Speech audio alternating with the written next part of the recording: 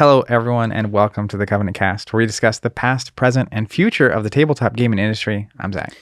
And I'm Steven. And Zach, I think they're actually pulling this off. Unbelievable stuff from KeyForge. It's worth talking about. Stay tuned.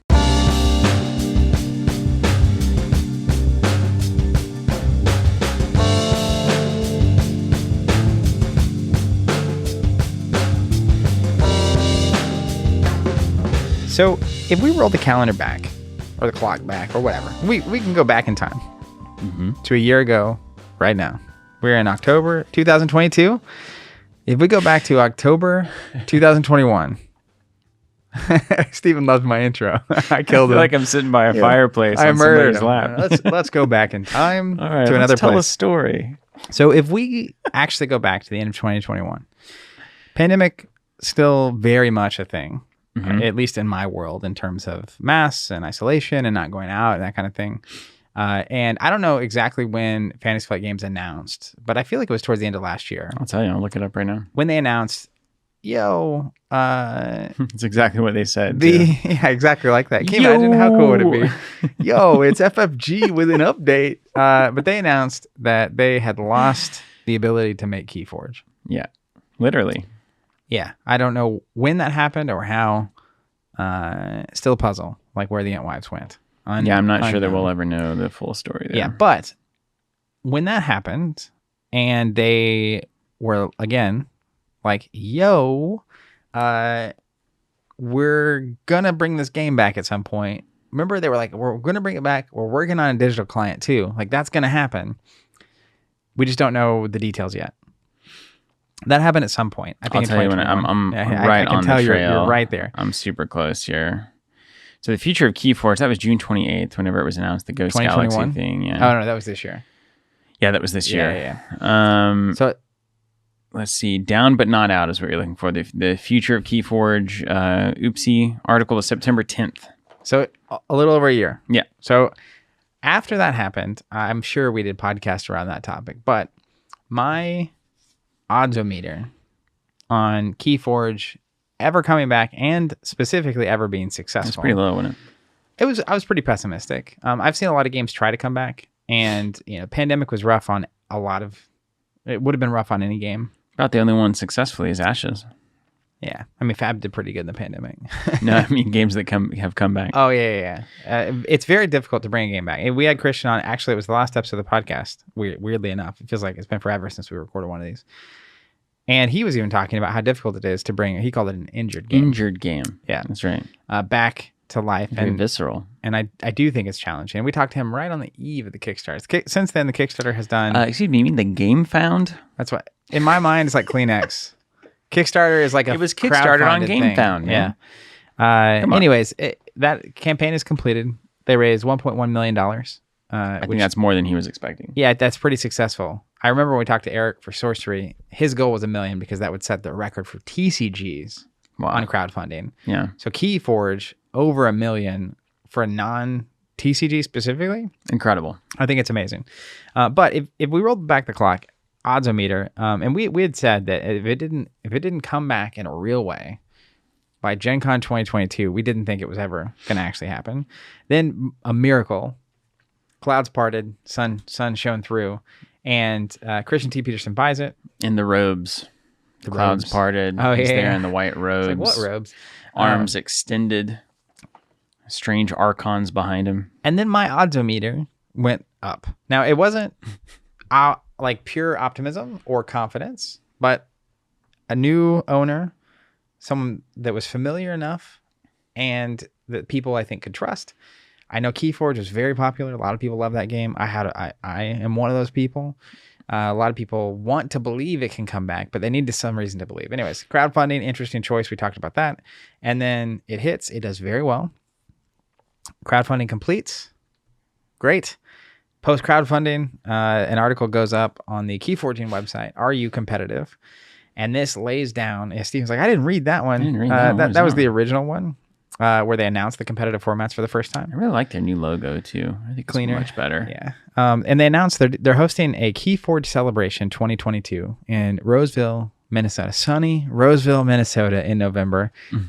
Bring a jacket if you're going. It will be. We've been there in November a lot for the old FFG World Championship, and it's not probably going to be warm if I were predicting, but hosting KeyForge Celebration. And along with that announcement, they announced a handful of what they're calling the competitive formats of the game. And that announcement was after the excitement and positivity around the GameFound campaign. People are excited it's coming back. Yeah, OMG. Yeah, that announcement was not received particularly well. In the circles you're traveling in, at least. There was some concern on our Discord, but it wasn't an all-out. I've seen things go real bad. If you go over to the KeyForge Facebook groups. Oh, well, of course. I mean, if Facebook, though, it's like if you want to go over to, like, you know... You're not wrong. If you want to go to the burning house and ask people if the house is burning, then yeah. It's a funny anecdote that's a little related, but not fully related. I was on Twitter, my favorite platform. Yeah. I've never heard of it. It's only smoldering. You said this is second. I'm stacking instance on top here for different stories. But you said this week in our team meeting talking about Twitter being basically the one platform that is built for discussion. Interaction. I mean, not good discussion, but it is built for people to interact back and forth in a productive way, in a personal way. You post an Instagram photo, the comment section of Instagram is not great. Nobody cares about it. Yeah, but Twitter is like the replies are the game. Yeah, in my mind, like that's where the fun comes in on Twitter. So someone involved in developing the Magic 30th anniversary. We talked about it on stream, but crazy product, $1,000. Someone involved in developing it. Is Proxies. It that guy from the Monopoly box? Well, it's like the conceptualizing the entire 30th anniversary thing. Yeah. Was tweeting about the fact that they've essentially heard nothing but positive about their 30th anniversary stuff. Curious what people think on Twitter. And immediately, my gosh, I can't imagine the Twitter comments were just like, actually, no. It's like, everyone hates it. And I thought this was great. I was like, oh, interesting. I clicked, and then the person who had tweeted it responded. And they were like, oh, like, you know, where are you seeing all this negativity? I have no idea. Yeah. And the person responded, and it was like, I can't not see it when I go on Facebook or Reddit. Mm-hmm. And then their response was, well, I don't really go on Facebook or Reddit because they're just so negative all the time. Okay. And so it's like, well, there's a reason you're not seeing negative commentary, because the people who are going to have the negative commentary have platforms that they go to, and that if you're just not going to look at those. I mean, where do you go then for feedback? How are they taking the temperature? Are they asking store owners? I mean, what channels do they have open? They checking do they have forums that they run or something? I'm sure from the tip top of that ivory tower up there, they can see all things. They got it all tuned in. Anyways, but really, and it was good. KeyForge is a really good community of people, and even on Facebook, it was critical. It wasn't, but most of it wasn't just blatantly negative, right? And so the reason was they announced 3 formats. Mm-hmm. One is their updated version of Sealed, which if you're unfamiliar, KeyForge unique deck game. You buy a deck, it's a single, it's ready to go. It's no 2 decks in the world are the same, and so previous Sealed was you buy 1 deck, you open it, and you play it. Yeah, see what happens. Woo. New Sealed was you buy 2 decks. And each deck has 3 different houses in it, 12 cards from each house. You can mix and match as long as there's not 2 of the same house pods, the group of like Mars cards. Little Soulforge Fusion. How are you there? Which, as someone who played in a lot of local Sealed events, sometimes you get a real stinger. Yeah. And it's the nature of Sealed, baby. You're playing 4 or 5 rounds, and like the variance on that, it can be really fun. Mm-hmm. I actually had one week where someone I consider a really good player and I ended up at the 0-2 bracket. And we both just had just sloppy potato Joes, decks, and we had a really phenomenally good game of KeyForge because we found the other decks and players that were at the appropriate level. Yeah, it's Swiss format. I do understand, if you're going out and you're paying to play in a Sealed event or whatever, like remove a little variant. That's where that comes from, right? They give you logic and stuff. I won't go into that. So Sealed format. Then the one that really got people hot and bothered it was called Alliance, mm-hmm. where you could basically form a deck out of any 3 pods, in air quotes. House pods. Each deck kind of coming with 3, not really by intent, but just that is what it is. To build a semi-constructed deck, get a little Soulforge Fusion mm-hmm. player agency. But 3 angles rather than just 2 smash ups there. Yeah, and so on the surface, my initial reaction to that was somewhat excited. because I used all the decks that either I didn't enjoy or that weren't, in air quotes, good enough to give to new potential players that are interested to try out the game. And it's kind of like giving your commons and rares extra away from a collectible game. It's like, you're a new player. After a draft, here's all these cards that I don't need, but you're going to have a good time with. But until you don't need them, and then you keep the chain going. The fundamental nature of KeyForge, even if you just buy a display of each set, you get 12 decks. There's probably going to be 3 or 4 pretty good decks in there, and 3 or 4 okay decks, and 3 or 4 not so good decks. And of the 3, even the 3 or 4 good decks, maybe only 1 or 2 that you really particularly like. So you trade the others that are decent. You put the others in the box, and then you never think about them again. And so after 3 or 4 sets of this, I had 50 decks that were in these are decent, but I'm not particularly keen on them, and I'm never going to win a tournament with them. So conceptually, the Alliance format was like, I can build a good deck. Tons of those decks had 1 group or 2 good pods, but sometimes not 3. So it conceptually maybe lowers the barrier of entry and stuff and all this stuff. But point being, it kind of strikes at what is a unique deck game? Yes. What is KeyForge? I go back to the How to Run a Game series and the first principles and identifying what your game is. And I was actually initially excited, and then reading feedback from a lot of different people, and there was a lot of it. Immediately, there were here's 6 different infinite combos. So if your deck has this, you basically can play your whole deck until you forge 3 keys. Yeah. So because the game was balanced around certain restrictions and limitations being either built into the algorithm or being so rare that they would match up that it's almost impossible. And a lot of those combos are pulling, House Pod from set 1 and House Pod from set 4 with 2 cards that were never, when designed, you couldn't ever combine them. Right. And so very quickly, it's like, well, if you have these 3 things together, then whoever hits this combo first, you can either lock your opponent out of the game permanently by discarding their hand every turn. Yeah. Or literally playing your whole deck over and over again until you forge 3 keys. Constructive. Yeah. So once I heard that, I was like, I'm not interested in that. Yeah. That is a problem. And I totally get where people are coming from. And then, secondary market prices on any deck that had that thing going on in it going crazy. And then the coup de grace, not really coup de grace, that last piece was their Archon, which is kind of the standard format of old. Used to be you go to a tournament in an Archon format and you bring 1 deck. And now it was you bring 3. And then after you win a round, the deck becomes exhausted and you can't use it in the next round. So you have to at least be playing with, I think, 2 of your decks, or maybe the second one gets exhausted. Now you have to play with the third. Yeah. And then people are just like, I don't know how you're ever going to manage this actually from a tournament software / what. If I'm playing you in round 3, you would have no idea what happened in round 1 and 2 for me. So I could put a deck down unless judges are going through and verifying the name of every deck every player's playing. It's just complicated. So a lot there. So all of that happened essentially right after the game found. Yeah. So you go from extreme hope and optimism, positivity to is this even KeyForge anymore? The first step out the gate, questioning the identity of the game, and also fairly, I think a lot of people that backed it, then saying, "Oh no, what did I back? What is this game?" And it's not what I expected it to be, and it's kind of unfortunate. And fortunately, there's been an update since then, but because they're announcing, albeit a bit late, this KeyForge celebration, which is an event. Do you want to go to that? What'd you say? Do you want to go to that? Maybe. It's check my calendar. Yeah, it's the weekend after Fab Worlds, so that's goodness, new and exciting. When isn't the weekend after Fab Worlds? Well, yeah, you just keep traveling in it. 11th through the 13th, huh? So that's bad timing for me. Yeah, dog. So they announced Celebration, which is a cool event host. It's late. They announced it late. That's it, but I think it's just the nature of the beast. And I really dug in the announcement that they framed even the competitive formats as, we're using this event to test some things we want to try. We're listening. We want to hear feedback, but these are ideas that we have that we want to explore. And here's what this event is. And the event sounds like it's going to be a really good time. What they're doing and all you don't have to play. It's not there's one big event happening and you have to play these formats to participate. You can kind of mix and match and play the stuff that you want to play. And I assume that it'll be the biggest KeyForge fans that make it on this short of notice / locals to this event.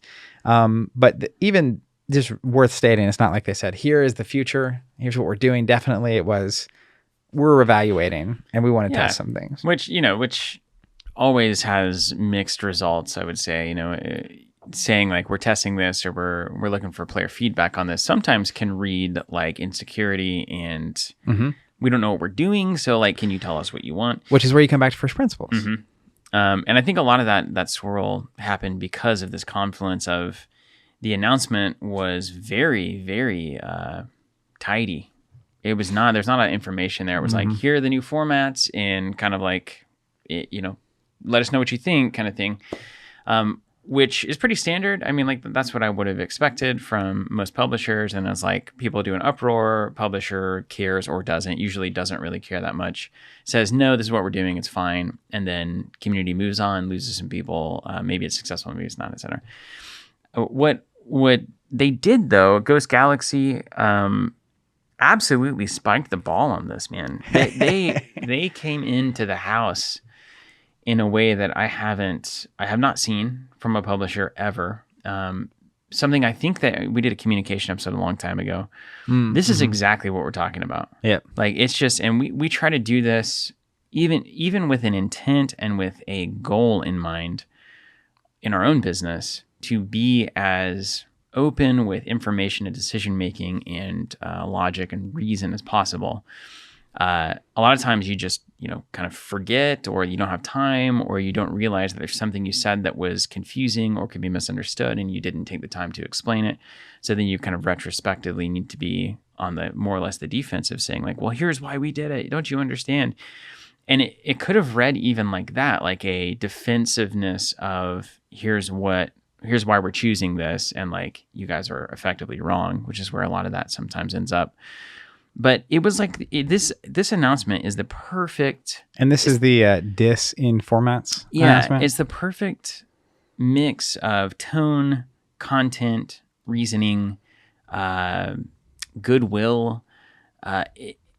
Honestly, a lesson in marketing communication, particularly for games, maybe just generally in the world. One of the things that is so striking to me about this is that it starts from the beginning. It starts from the foundation of what is KeyForge, what is a unique deck game to us, which is so helpful to know how a company views their product and their format and why they think it's important and worth having. Yeah. I mean, I think the response could have been, these are the formats we're doing. Yeah. Whatever. The response also could have been, we're sorry, here's the updated formats. Yeah, exactly. But to your point, instead it's like, oh, okay, you want to let's let you in on the conversations that clearly we have been having in Ghost Galaxy about KeyForge, probably well before we bought the property. And it is so well laid out, so logically laid out, so perfectly laid out, Zach. Steven loves it. I absolutely love it. So let's go to some highlights here. First of all, they give you a bunch of information in the beginning of this about tournament formats in general. As described, these formats are preliminary, they're being tested, etc. So we reiterate the fact that, hey, this is not final. We made that public. It was obvious. These are outlines for format structures. Set of documents for the KeyForge tournament guidelines are being worked on, and we'll solve some of those in those guidelines, some of the concerns people have.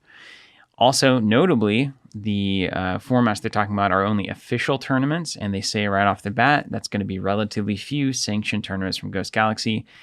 Everybody else can do whatever they want with products. And this is something that we've been coming back and forth on a ton. I think 3.0 has this swirling quite a bit for us as well. Is like, what role does a publisher really have in telling players or communities or stores how to have fun with the product that they're selling?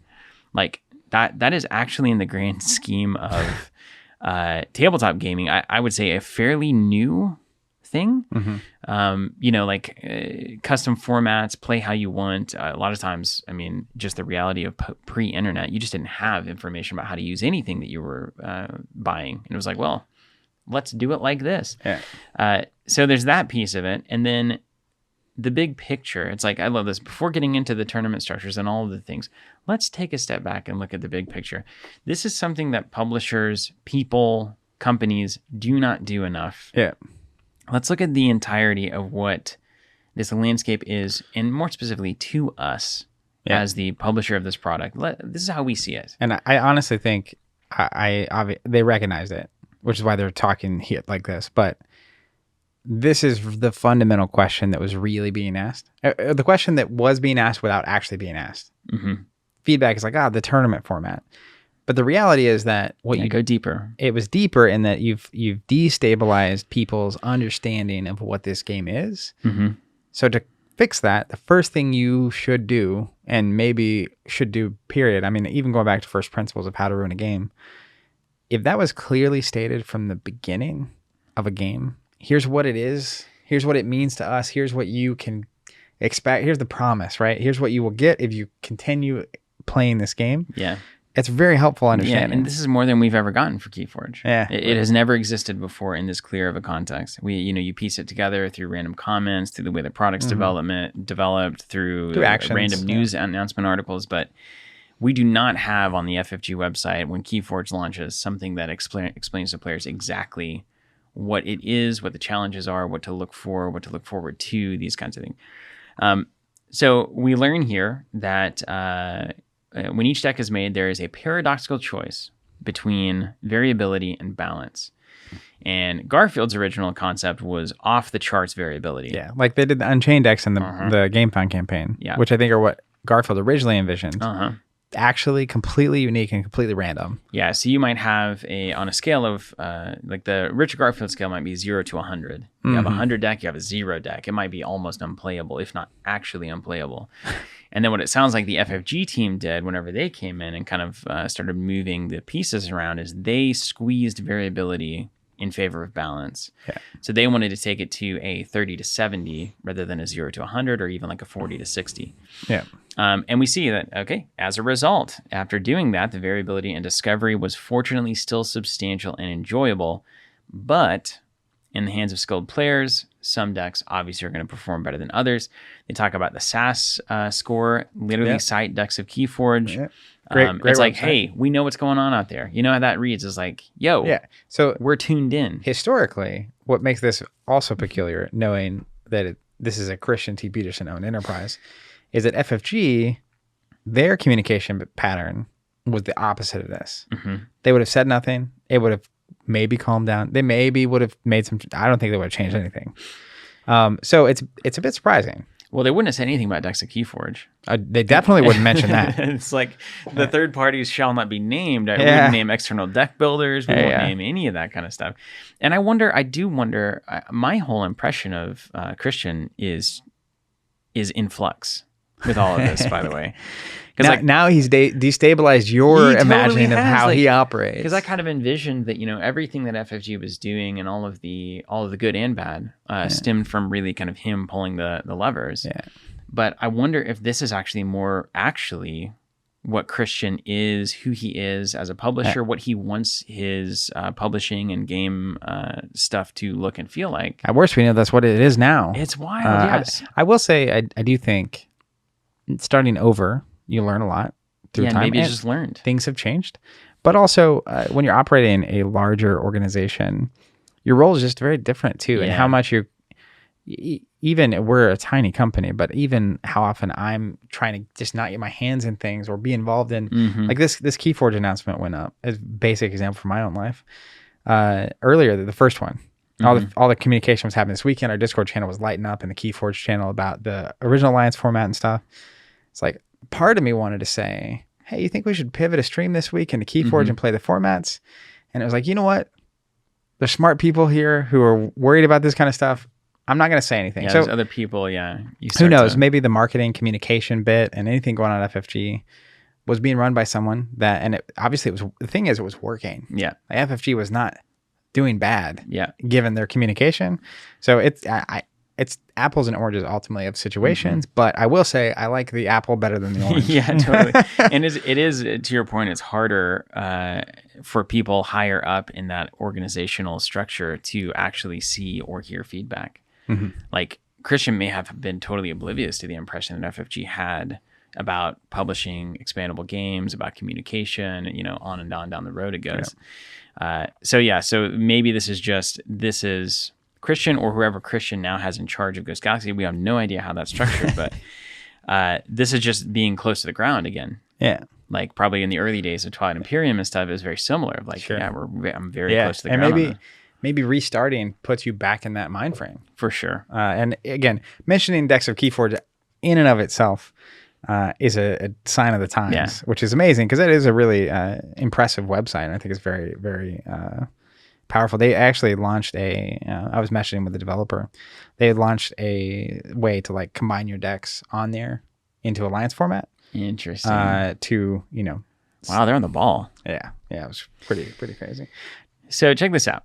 So the nature of variability in the game is part of the fun. That's one of the things expressly expressed. And then just basically saying some decks will be better out of the pack than others. Acknowledging that, we all know it. Yeah, but, it must be true. Thankfully, that sits within a large range of variables like matchups, draw, player skills, etc. However, again, acknowledging some decks will objectively fall below par. So then this is where, to me, it transcends just a good announcement, and it becomes a lesson it's a lesson in probably player communication, marketing, brand loyalty. Sure. But also just in game design, game philosophy, product development, all of that. You're actually seeing behind the curtain, I think, for the first time in this process, which is actively saying, here are the 3 customer groups we considered. Which is an interesting pivot here. Yeah. Because some decks will objectively fall below par. Mm-hmm. Next sentence. As the publisher of KeyForge, we have 3 customer groups. Wait a second. Yeah, so here's the premise. Left turn. Yeah, we know that some decks are worse. And then here's the 3 customer groups that we're going to use to base the decision on what to do about that effectively. Because this is the true big picture. Yeah. This is and it's really great. We're just zooming out. Because as a player, it's easy not to have any of these concerns. Right. It's like, I want the KeyForge experience I want. This isn't what I want. Why are you doing this? This seems silly. Yeah. Let's carry on. Current, new, and lapsed players in that order of priority, right? So specifically said in that order of priority. That order. Current players want a fun, thriving game with solid support and communication from the publisher. Here we are. All right, easy. Now, obviously, not everybody agrees on how to define what those things look like, but there it is. Then we have new players. They're vital to any ongoing lifestyle game. That's everything, they didn't say this expressly, but everything from Magic the Gathering to KeyForge, because we know that if new players are not coming in at the rate that existing players are lapsing, your game is going to continue to shrink. So new players are vital to any kind of game like KeyForge. Most existing players eventually become lapsed players for different reasons, which is absolutely true. And new players want a positive experience with their introduction, a sense of richness and discovery, active community to play within, and goals for which they can aspire. This is probably true of any lifestyle game. Like if we actually step back and think, it's so fun to see them define what that actually is. Positive experience with their introduction. They want a sense of richness and discovery. We talked about this actually yesterday on stream. An active community to play with, and goals to aspire to. I think that may pretty well summarize it, honestly. And the whole serious, social, casual, competitive conversation, which is we almost did a podcast on that today, that topic. But that piece where it says in goals, for which they can aspire, defining those goals is actually probably what separates the entire conversation. Yeah. Are you here to be the best player in the world? Mm-hmm. Are you here to have a good time? Are you here to hone a skill and just get a little bit better every week? Mm-hmm.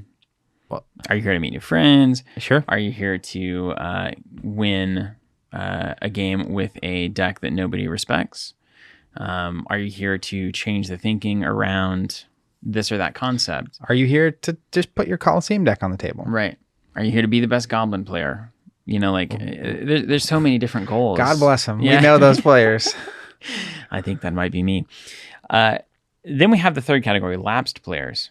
Critical for more abstract reasons.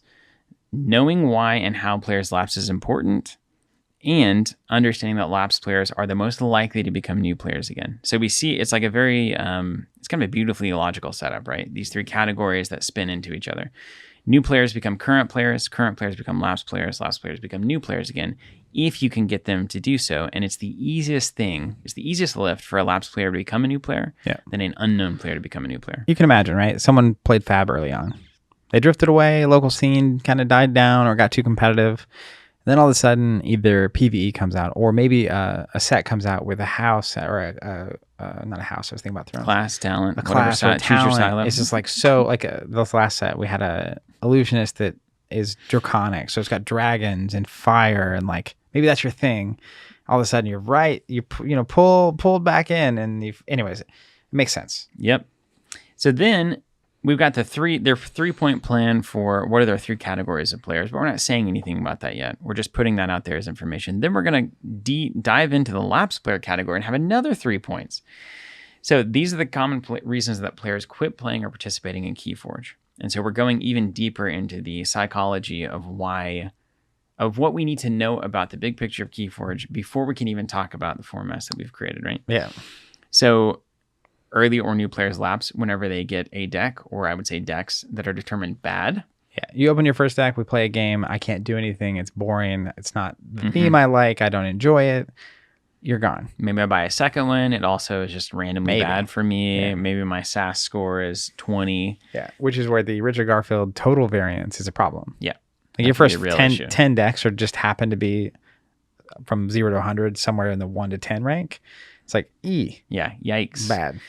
Other reason is experienced players may lapse as the fun of KeyForge diminishes as the collection grows. And this is kind of what you were talking about, right? New decks don't create a sense that the collection grows more valuable, but instead that each deck simply relegates another to never again be played. And it could be, I get a new deck, and this is the one that, it doesn't replace any of my decks. It's effectively useless to me. I put it in the bin. As time went on, it became harder for a deck to be the deck I would keep. And a lot of times when I was keeping it, if you buy 12 decks a set, eventually, how many decks are you keeping? Right. Do I really need more than 20 really good KeyForge decks? Mm-hmm. It's like, probably not. And what do you do with all that, right? I mean, that's another big. It's like, what do you do? But a new set comes out. Part of the excitement of the game is like exploration and new. It's fun, right? Yeah. So in a normal expandable game, a new set comes out. You add to your collection. You get new options. You get new stuff to do. But KeyForge does have this kind of long tail concern. Carry on. Very nicely laid out by them as well. And then finally, for many new and experienced players, many sense a lack of agency in making meaningful decision in regards to their deck. So there is a kind of the classic, I want to build decks. I'm a KeyForge player, or I want to be a KeyForge player. I used to be a KeyForge player. And I felt like I didn't have enough levers to pull.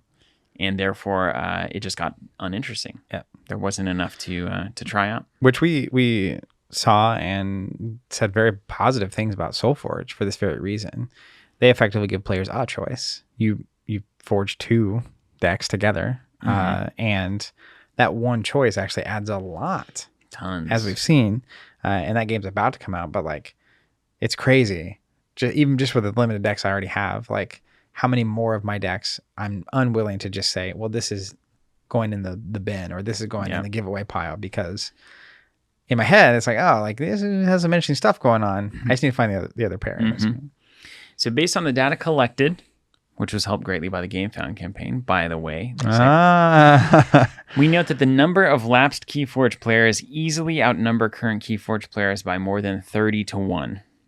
Now, that's going to be obviously some questionable data, but it's not going to be perfect data. Yeah. But it's at least an idea of like, okay, given the number of people who were backing the GameFound, we assume those are current players, maybe product numbers sold, data around X, Y, and Z, that 30 to 1 is kind of it's at least close to accurate. And I'm assuming they have some really good measures of this, right? Yeah.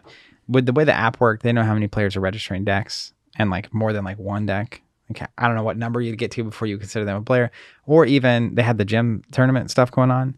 It's like how many active players at the peak were regularly attending events. And I totally believe it, because totally. I may be higher. That first 6 months, 9 months of that game was popping. And we even 2 years in, right before the pandemic started, we were getting 20 to 30 weekly on a Tuesday to come play KeyForge. So it was like exceptionally popular. Yeah. Of a game. So I'm not shocked whatsoever by this. Just think about like the visual of that, of like, if you take any given 30 KeyForge players who have played the game before, one of those players, or at least 31, I guess, one of those players is still playing. Yeah. Like think about the potential. Yeah, back to campaign. Yeah. Think about the potential though there. You've got this giant section of players who know how to play the game. They know the rules. Yeah. Lapsed players that are most likely to return. Yeah. It's like, that's where you go, right? That's where you got to focus your energy. Yeah, totally. So then saying basically the rate of lapsed players is, as they say, very high. given its relatively short lifetime of 4 years, accounting for the pandemic, yada yada. Yeah. Well, and again, any game that dies, every player is lapsed.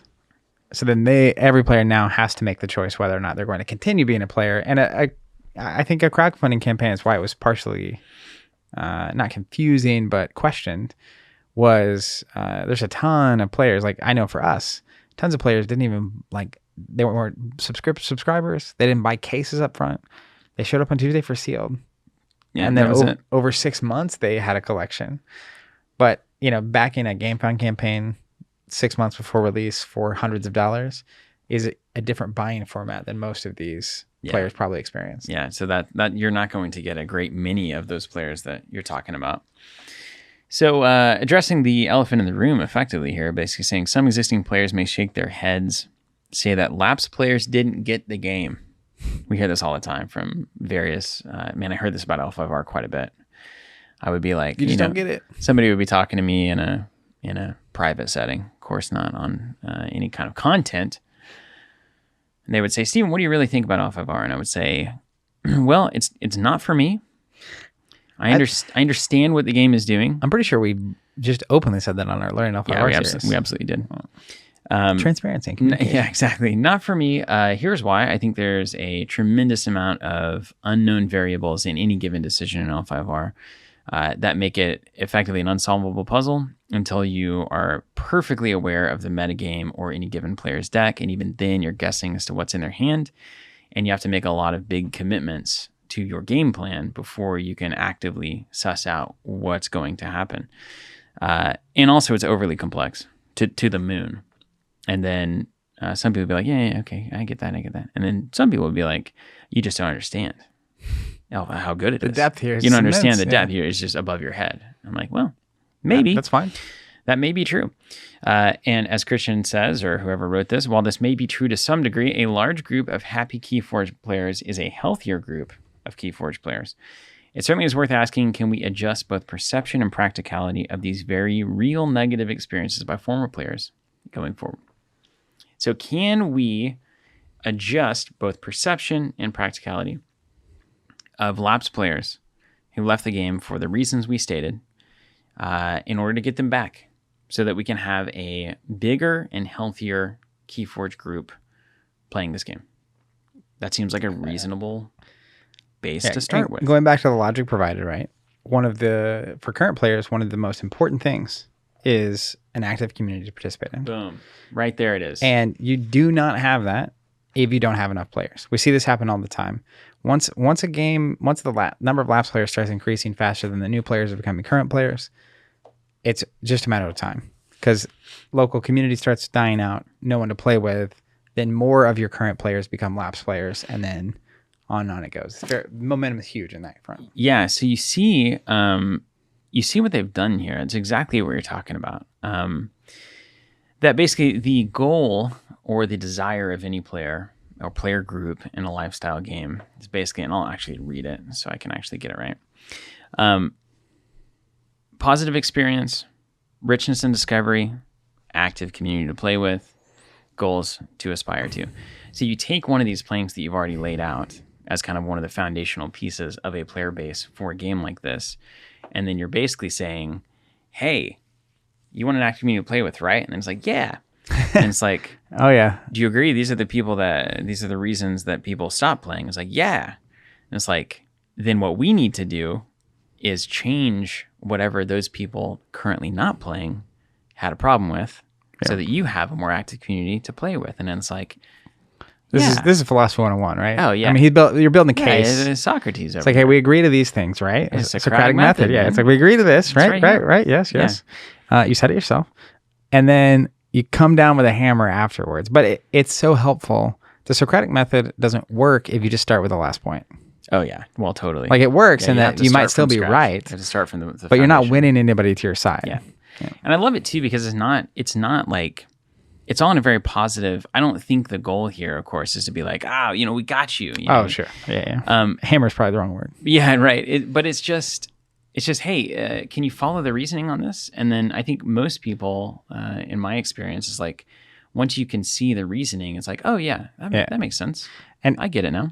This applies everywhere. I mean, when you're talking to someone and they get frustrated or upset, or in any exchange with another human, oftentimes if you pivot from defensive after that happens to genuinely asking questions and explaining why you arrived at that. I do this all the time. In my relationship with my wife, it's like one of us will get frustrated about something because we don't understand the context or the decision making behind it. Yeah. Once we slow down enough to actually explain it, though, it's like, oh, okay. You just got to understand. Yeah, it's about understanding. So then we go to, okay, so the concerns are arising with Alliance and Alliance sealed formats primarily. We find that format actually, having thought about it before we announced it, I thought it would be exciting, meaningful, and important because it solves some of the most common reasons that players leave the game. And then we have another 4-point plan for success here. Those reasons are the following. When a deck may be considered a bad one, it could still have one or more great house pods when combined with others from the collection. That means that it could make a very serviceable deck. And then Christian here saying, we believe it enhances the whoever wrote this note. Yeah, whoever wrote this. Sense of discovery and wonder upon opening a new pack. What did we already mention up at the very beginning? What do these new players want? Sense of discovery and wonder. And it's important. We'll note the middle sentence. In fact, the more a deck deviates from the mean in terms of goodness, the more likely it is to have an interesting pot. Yeah. So like some of the bad decks, you might have 3 really good and interesting pods in it. Mm-hmm. Like really, a lot of times a bad deck actually has house pods that are very specifically interesting at doing something. They just don't work together in doing the 100%. Same thing. You know? And like it's almost like using the 97 Bulls reference. It's like as you do. Now, if you had all Michael Jordans, cool. Yeah. That's the Alliance format. Yeah. Right to a T. It's like, oh, okay, I'm gonna pick all the Michael Jordans and put those together. But if you had 3 Dennis Rodmans in a deck, so to speak, a role player, right? You have role playing houses in these decks. And if you get 3 of those at the same time, the deck can't do anything. It's got to meet minimum requirements. It just passes to itself. But all 3 of those could be like, it's like I had a few of those. I had a Sanctum Knights, the one with the what's the one where you archive the knights and round to the going on the trip. Yeah, I don't know. I had it literally in my last one. Yeah, you had Pilgrimage. What is that called? Point being, the one good deck I opened, the one good Sanctum house that I opened with that in it, the other 2 were like just miserable. And so it was like, that's kind of devastating. I like that theme a lot. It would almost be like opening the 4 Horsemen in a deck that's just otherwise bad. I had the same thing. I really loved those like bat drones. I forget what they were called. I think are they just bat drones? Maybe it is bat drone. It was in Logos, right? And it's just very simple. They fight. I think they fight and then they steal one whenever they fight. Easy. And I had a deck that had like 3 or 4 of those in it in the Logos pool, and I was like, this deck is the jam. But the rest of the deck was like garbage. Yeah. So it never. But if I could be like, oh man, so I've got this slice that is like 4 or 5 of these bat drones. Yeah. If I have other house combinations that can protect them or utilize things that have low strength but good fight abilities, then I can start to build something that I actually really want to play. So that is very, very much worth mentioning on point number 1 here. Then we had point number 2. Given the combinatorial effects of pods joining other pods, must have been talking to Richard Garfield quite a bit. Bring that combinatorial word in there. It is much more difficult to pigeonhole a deck into a single score, as the opportunities of its 3 pods are vastly more contextual and will evolve as more decks are discovered. So what that basically means, right, is like player-driven synergy is a lot harder to put a number on than machine-driven synergy. Basically. Talking to the Dexa KeyForge developer, initially I was like, it'd be really cool if you automatically combined every deck that's on my account in every way and told me what are like in order of SAS score, what are the most powerful decks. This is fascinating. Just based on the map that you've already set out. And the response was, well, as an example, if you, I think it was even owned a couple hundred decks, the possible combinations for one person is like 5 or 6 billion. Yeah. So that can't. So yeah, we need to get into quantum computing. Yeah, we don't have the process, which I thought was kind of cool. Yeah. It's like, well, wait a second. It's actually nice that you can't just automatically tell me here's the top 10 combinations that you can have. Yeah. So there is player discovery there and input. And it also, those scores are already not perfectly accurate because it's hard to contextualize everything in the context of KeyForge. But in that bat drone deck, it may not look like interesting based on it doesn't gain amber very quickly, or it doesn't have big bodies, doesn't have wipe effects, etc. But it has a very specific set of, let's say, 3 or 4 combinations that make these bat drones do something that the algorithm doesn't expect them to do, or be more effective than they expect to be, which of course is why Constructed is so interesting in every other game, is you can find those moments. So I think that is a very cool reality as well. Number 3, every new deck purchased may have new, interesting combinations with the decks in the existing collection. So that means each new deck makes collections more valuable and exciting. Again, one of the pain points we talked about, this format addresses it directly. I think it's hard to argue with that.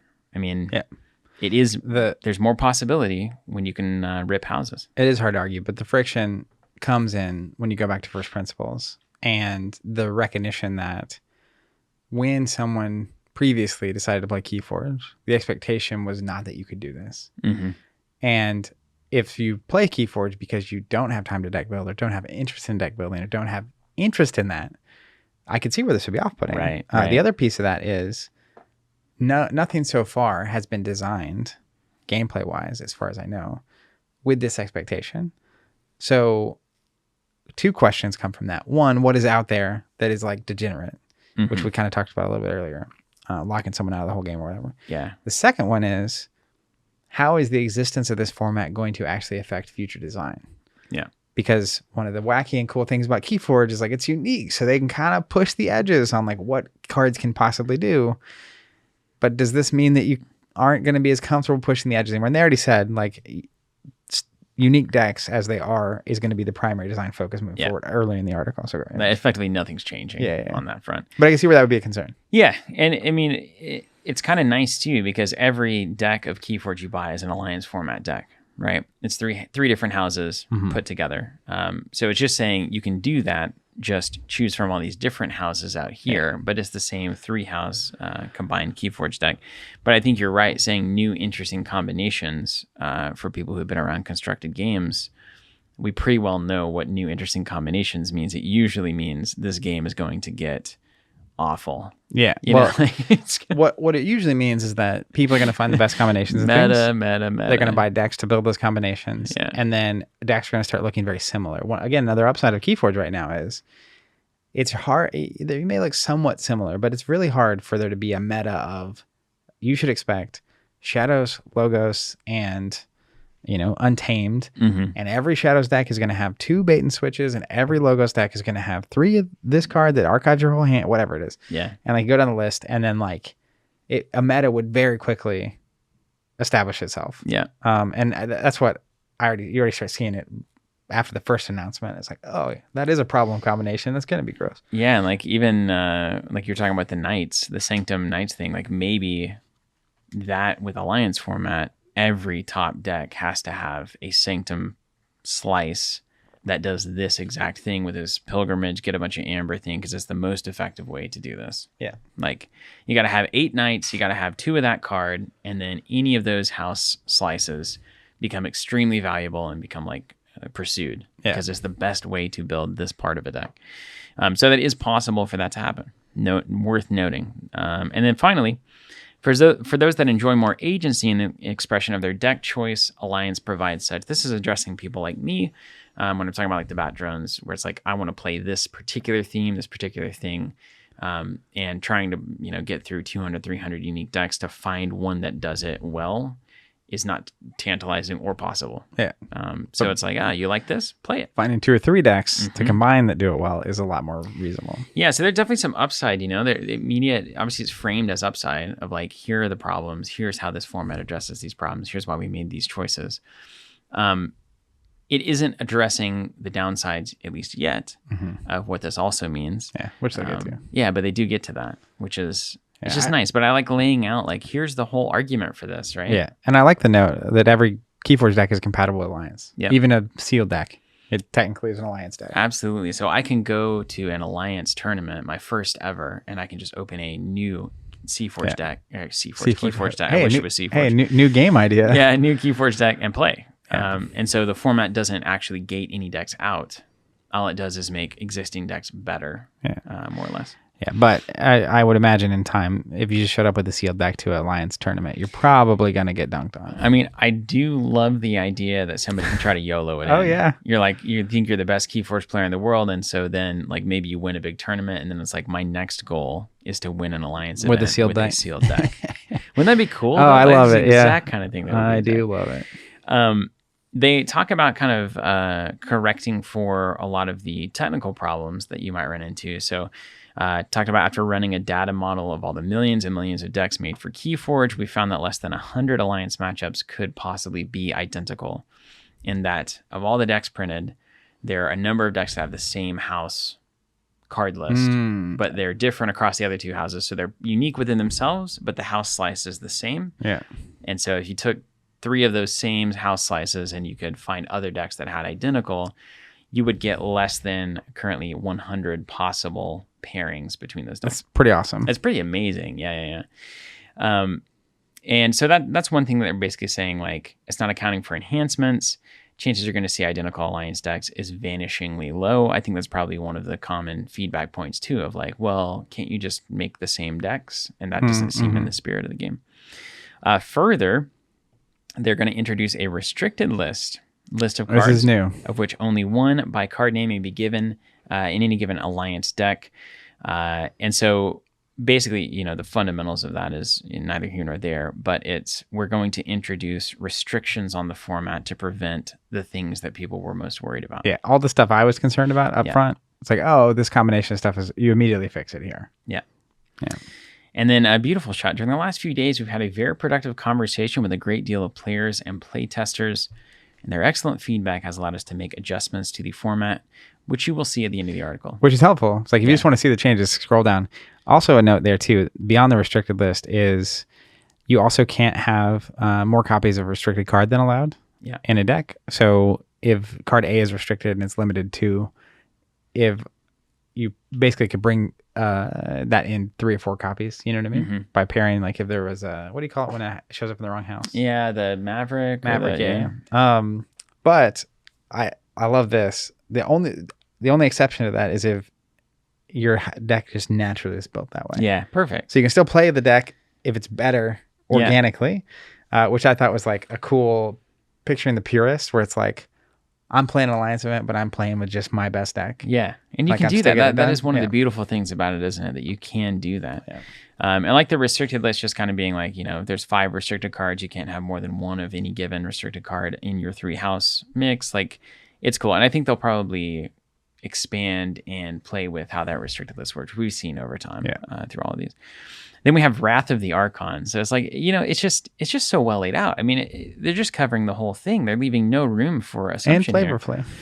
Beautiful. So some players have voiced concern that the Alliance format is somehow anathema to the spirit of the game, that future game releases would be negatively affected, and finally, that the announced formats leaned upsettingly heavily toward Alliance formats, being 2 of the 3. Alliance sealed, Alliance constructed, Archon constructed, or Archon whatever. Archon calls that, yeah. Archon. Given its backward compatibility, the seamless inclusion of any deck type, constructed or not, the preservation of enormous variability and near 100% uniqueness, not to speak of the fact that gameplay is identical, it seems incorrect to state that the Alliance format is not in the spirit of the game. It'll be fun for many. It'll have a positive influence on every deck bought. It enriches the possibilities of every deck in a player's collection. Further, given the variable nature of the house pods, it is not a format that is able to be net decked, so it will preserve the very sense of deck uniqueness inherent to KeyForge. Only 3 choices, constructed light, etc. As for future product development, the Alliance format will not matter at all.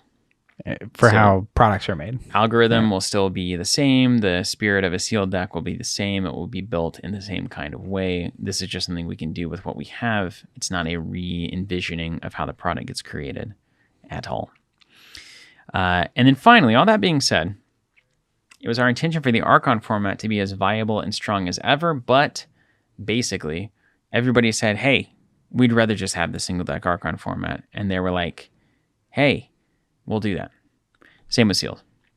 It's like, let's cut the buy multiple decks, have multiple decks, etc. Bring one deck to Archon, bring one deck to sealed. It's like, okay, cool. Like that's an easy, just like the feedback was like, we really don't want this. And it was like, yeah, fine. Like we're not tied to that. Yeah. And I like that because it's not, the Alliance format is designed very philosophically to solve problems. Like that's why it showed up. The Archon sealed and the Alliance sealed are not solving those problems. Like it has nothing they just thought, well, maybe this would be more interesting for players. Players said no. And they said, fine, we'll go back. And that's nice because it says, philosophically, we believe in this format, Alliance, for these reasons. The other two, like, whatever you guys want to do, we're happy with that. Yeah. Like, whatever you want to play, it's cool. So it's a nice split between like, there's a philosophical divide between Alliance and then these other formats that are basically like, how can we make the most fun for players? It's that simple. Good question to be asking. Yeah. But what about the section? I mean, this is crazy. It goes deep, right? Just keeps going. Yeah. One of the strengths of KeyForge is the large variability of possible formats. Now, we hear this all the time. We've got the play 3, pass 1. We've got the play 2, send 1 down the line. We've got 5 chains on this deck. We've got you play my deck, I play your deck. We've got all sorts of these tools. This is such a fundamentally great answer. Awesome? Yeah. Isn't it awesome they say here? This is just the answer to that question. Carry on. And there's a lot to this, but I'll cut right through it. They basically say, why not add more official tournament formats so there's something for everybody?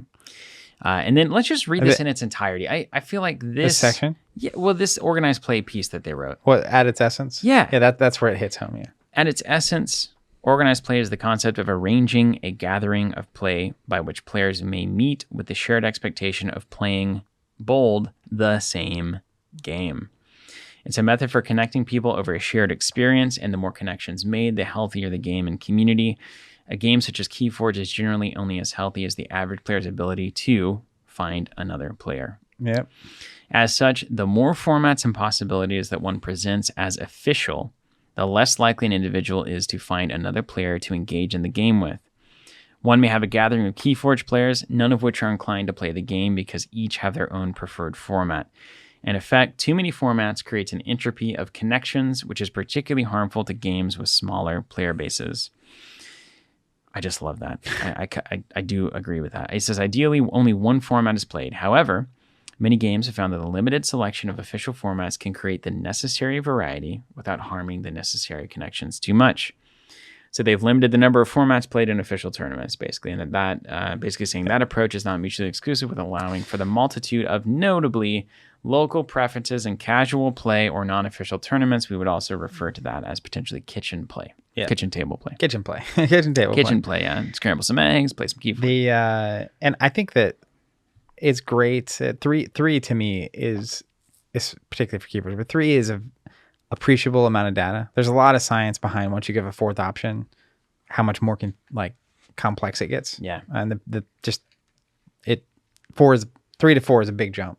But particularly because the rules stay the same. And it's essentially open a deck you've never seen and play it, bring one deck that you own and play it, or mix and match the decks that you have and play it with restriction now. I like it. I like what they've done. The myriad of possible KeyForge formats, I think previously. The thing is, it doesn't take. It never has. It never does. I mean, even with Magic, I think a lot of people, just from talking in general chat on our Discord, are like, I can't keep up with all the different formats that they've got going. Modern and standard and classic modern and modern revisited and I still don't even active and power 5 and there's so many formats. And classic underground. And I think if you were defining what you'd want this to be for KeyForge, and this may be what they've struck with the restricted list and the way that functions, and they also limit your combination of stuff from the same set, so you can mix Call of Archon decks, but you can't mix outside. Yeah. I think the goal would be, if it were me, and I don't think they said this, but the goal would be the best combination of 3 pods you could make out of a single set will loosely put any Alliance deck on par with the best Archon decks from that set anyway. Yeah. And so what you do is you allow, like if you show up with just a deck that you like, I might show up with an Alliance deck, but we can actually still play because that's what's happening anyway. Right. We pivoted from sealed every week to Archon back in the day. And really good players would sometimes play like more thematic fun decks because they aren't just necessarily out to kill people every time. But when it came tournament time, the best players had the best decks. And if you didn't have a deck that was one of the best decks, you were not winning that tournament. Yeah. Like strictly.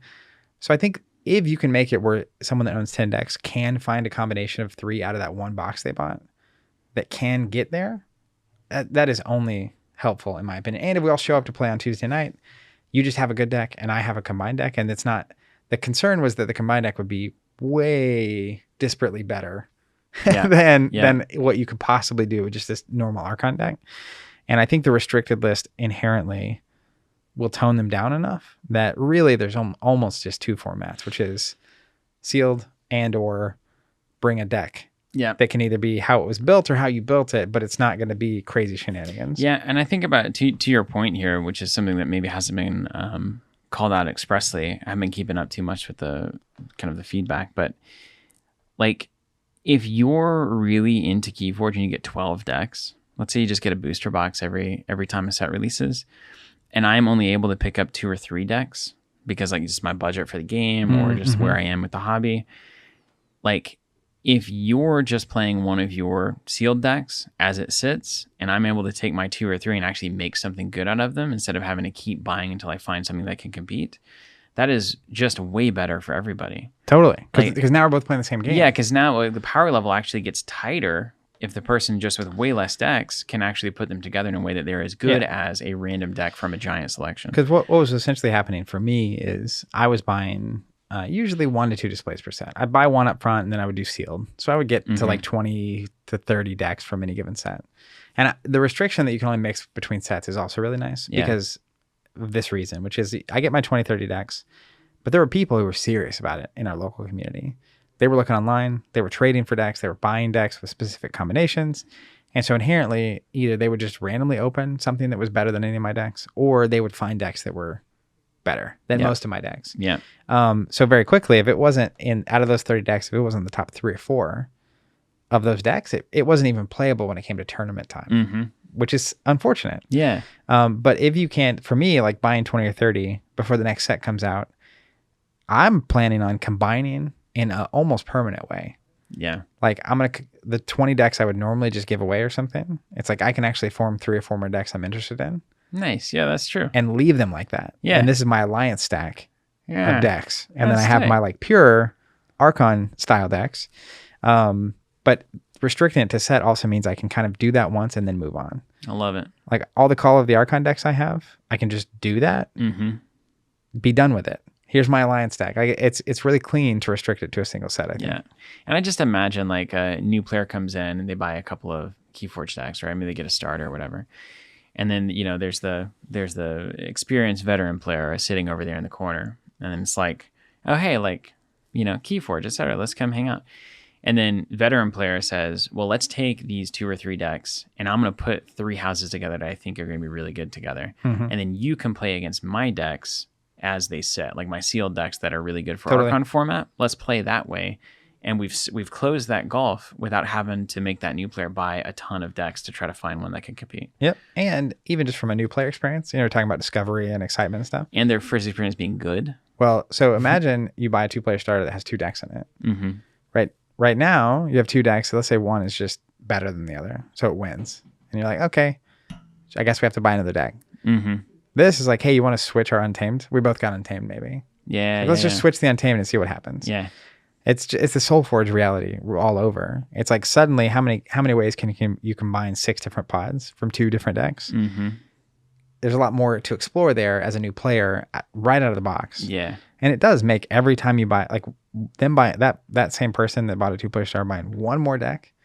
Now your combinations, like it's not linear. Yeah. So wait a second, there's a lot more ways to combine this thing. I imagine if Jonathan and I being kids, Dad had brought home a KeyForge starter and would have been like, oh, your deck's just way better than mine. And then it's like, no, we can fix this. Yeah. And then suddenly it's a really exciting game. At the kitchen table, not that you couldn't anyway. Sure.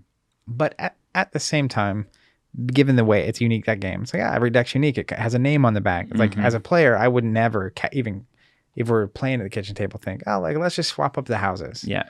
It gives you a little license to do that. Yeah, permission to kind of do it. So all the micro decisions here, the granular stuff, I think was very well done. I'm happy about it. It makes me again excited about the Alliance format. Well, let's go ahead so that everybody listening actually gets to hear the result, the adjustments, right? So here are the 3 things that they changed. Now, isn't that amazing? After everything that we've talked about in this 3 hour, things. Yeah. Here's the result of this.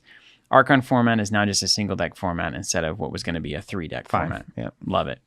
Official Archon sealed format has been added. So there's Alliance sealed and there's Archon sealed. I imagine Archon sealed will be the common one. And then it says the Alliance format has been adjusted so that an Alliance deck's house pods must be recruited only from the same KeyForge set. So that addresses probably a lot of the problems of degenerate combos and whatnot. As you said, these are cards that could have always existed together anyway. Yep. So not a problem. And then finally, this being in addition to the restricted list limitations. So this is what I'm used to getting, this section. Yeah.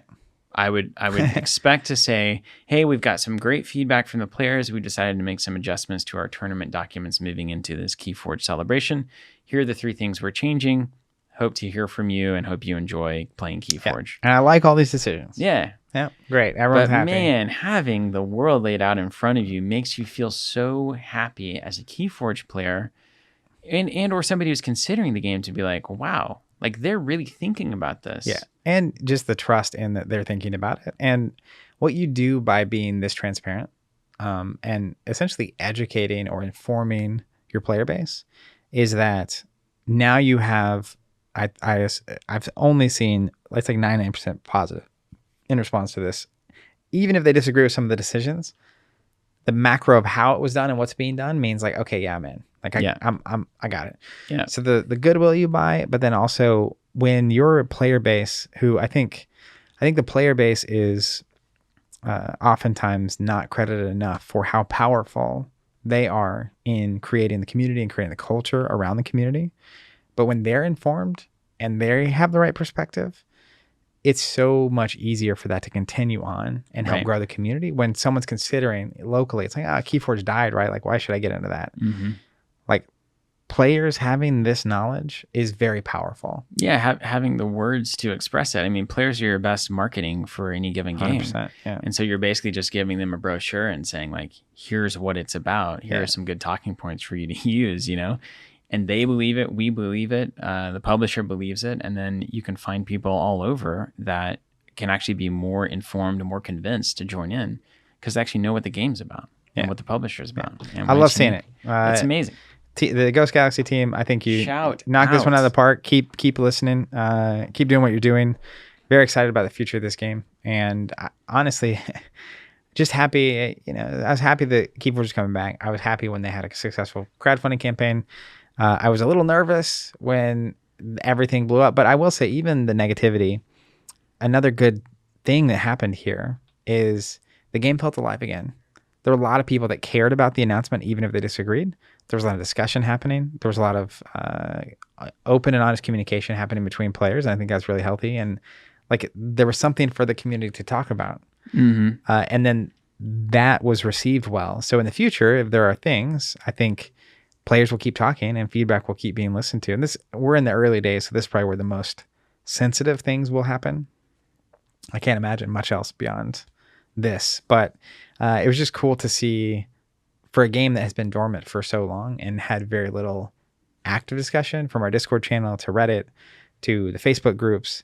It was blowing up. Yeah. Like all weekend, if I checked anything, it's like KeyForge was lit up. Cool.